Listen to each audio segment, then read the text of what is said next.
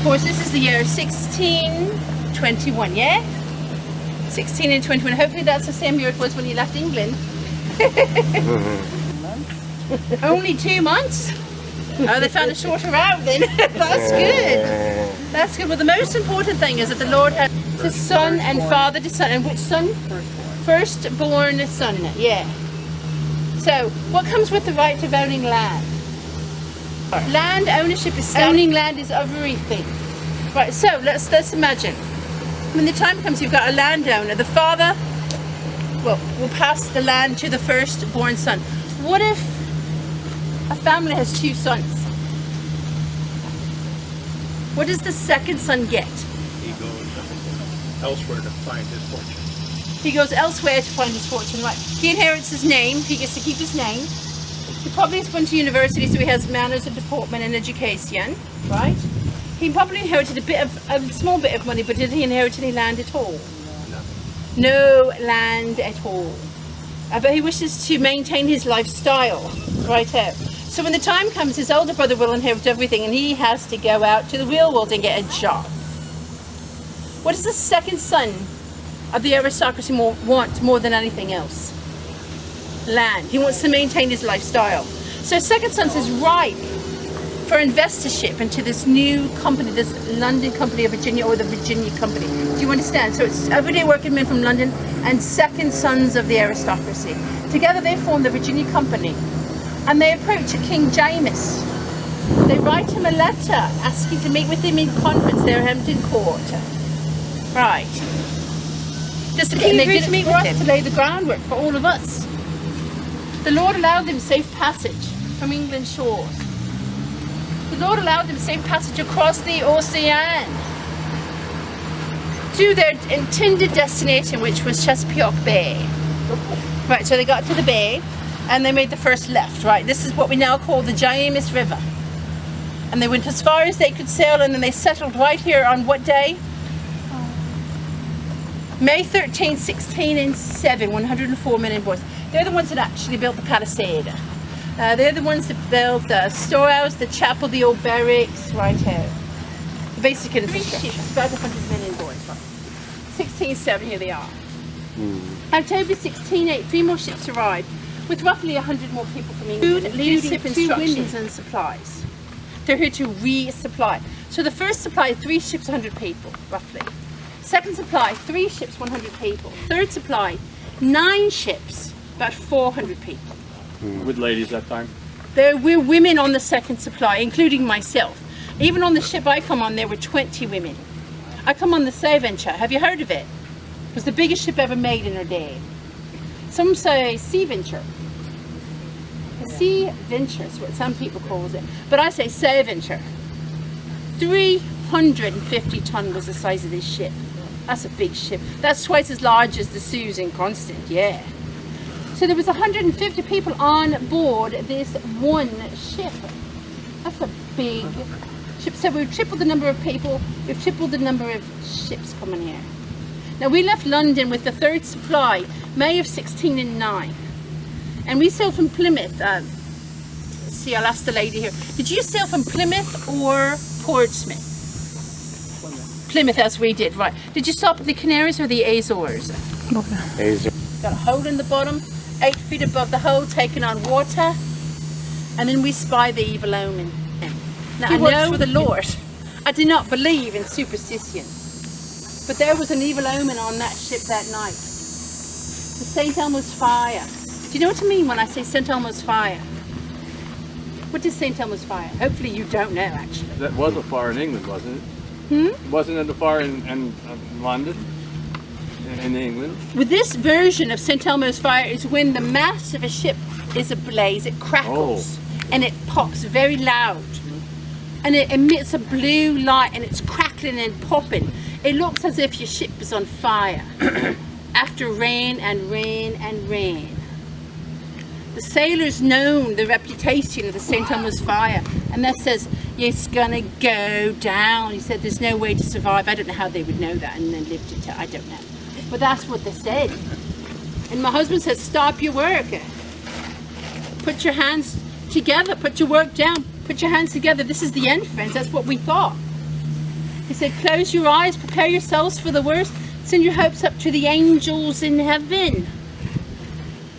And we did. We put our buckets down, closed our eyes, prepared ourselves for the worst. We did. And after a moment, he says, amen. Right. And as we was all reaching down to get back to work, do you know what they did? All these gentlemen that was on board ship, there was the man who was to be the governor here, all of his councilmen. Do you know what they did next? Friend, I'll ask you, what would you do? You've been fighting the storm for 3 days and 3 nights. The ship has oil in it, it's taken on water, and you see the mast is on fire. You just believed that you prayed your final prayer on earth. What would you do next? Go for a drink. Would you say? I'd go for a drink. You're right. That's what they did. They opened up the cask of wine. Everybody dipped their hands in because the wine was too heavy to throw overboard. They said, have a nip, see you on the other side. And what are you going to do? You said it, friend. Did you go to Cambridge? No, but That's just a gentlemanly decision, you know. I was at the pub nearby though. Our prayers were answered. Yeah. We actually rose to the sight and sound of Sir George up on the Pope's deck. Land ho! Land. And had we all seen what we'd seen the night before, women and children, all the animals survived. Every animal. All the dogs and the cats and the sheep and the chickens and the goats and the pigs, all of them survived, even the dog. And there we were. We were shipwrecked and marooned. Not in Bermuda, no, excuse me, not, I told you what it was. Not in Jamestown. No, we was in Bermuda. Have you heard of it? Little collection of rocks that appears just above the ocean surface, yeah. But 100 miles out into the sea. That is where we called a home for almost 1 year. So let me back up in the story. When we left England, how many ships with us? 9. How many in Bermuda? 1. Where were the 8 other ships? What do you want to say, friend? Jamestown? At Jamestown? They come to Jamestown, yeah, without their governor, because he's with us. Without their navigator, because he's with us. Husbands and wives were put on other ships, were separated, never knowing if the other were dead or alive. All the men who was to be leadership in Jamestown be a shipwrecked in Bermuda. And that is where we called a home for 10 months. Now, I don't build ships, but there were men who were put to task of fashioning new ships using the wreckage of the Sea Venture and using Bermuda wood called cedar wood. Cedar wood. Right. So, as long as it took for them to build their ships is as long as we lived on that island, which is not haunted, by the way. I didn't know if they told you. So we left Bermuda we left May 10, 1610. In less than a fortnight we come to Jamestown, but we was a year late. I'm almost to the end of my story. Do you have any questions about what I've said so far about the storm or life in Was Bermuda? it planned to come here originally? Was it planned or just... Absolutely, it was planned. The question is, were we intended to come to Jamestown? Absolutely, yes. That was, we have all the leadership. And they were shipwrecked in Bermuda for just under 1 year. It was about 10 months' time. So when we showed up, we was about a year late. Yes? Oh, how was we treated? Well, there was no other person living there. It was totally uninhabited. And now that we know that it is not haunted, it has been charted since 1612, so almost 10 years now. Yeah. Did all the other 8 ships make it? Did all the other 8 ships make it to Virginia? We hope so. I actually cannot answer that question because here's what we found. When we showed up here a year late, it was May 23, 1610. May 23, 1610. There should have been about 500 people in the fort, English people. That would have been quite cozy. If you add the first supply, the second supply, remainder of the third supply, it should have been 500 English people in the fort. When we approached it here and arrived here, we were just surprised to see what we seen as they were to see us because they thought we were all dead. They thought we was all lost in the storm. Truly, they said we're back to England.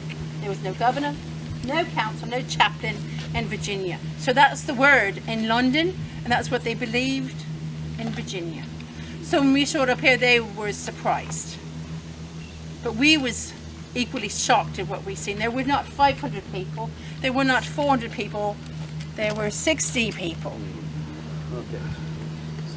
walking anatomy, skin and bone. They were literally starving to death. Well, we was in Bermuda, we was not affected, but those here in Jamestown, they're here in a drought. Do you know this word, drought? Some people say drought. If you're from West Country, it's right. Drought. So what is drought? Yes, sir. What do you think? What say? No water, no rain. Exactly. When there is no water at all, you are correct, Ben. Most clever indeed. Right. So no rain, no water. You cannot water your plants. You cannot feed your animals. 500 people had reduced themselves to 60. Grisly tales I will not repeat to you. Sights I don't want to paint a picture in your mind of what we've seen. But the most hundreds of fresh graves. That's all I'm going to say. And grisly tales I will not repeat to you. With all the devastation we've seen here, all of our food from Bermuda Bay consumed it almost immediately.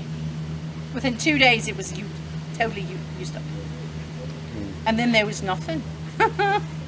Nothing but 150 people, in addition to those people who did survive. So 210 people. And 2 ships that were made in Bermuda. Would you want to stay? No. No, neither did we. Most people won't tell you this, but we decided to leave. We decided to forget the whole thing. We said, let's go back to England before another English life is lost. Let's pack all we have